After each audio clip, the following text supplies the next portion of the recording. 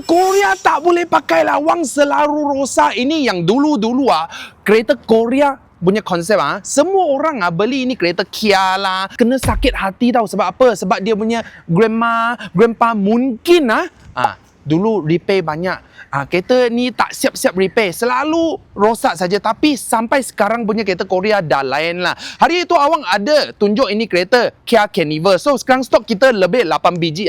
Kalau you punya anak-anak dah lebih 7 seater punya kereta kan, you boleh ambil ini Kia Carnival. Dia ada 11 seater. So kereta ini sekarang sangat-sangat tahan pakai. Yang penting kita ada masuk banyak-banyak kereta yang halus punya, mileage 20-30 ribu. Yang penting ada siap-siap warranty lagi. Tak payah takut rosak-rosak. Tapi yang pakai ini kereta punya orang dia memang tahulah kereta ni dia sangat tahan pakai punya tau. So bulanan 1,000 lebih sudah boleh dapat ini kereta lah. Kau orang komen sikit lah, bulanan 1,000 lebih kalau beli kereta yang dulu kereta dekat 200 ribu berbaloi ke tak berbaloi? Komen.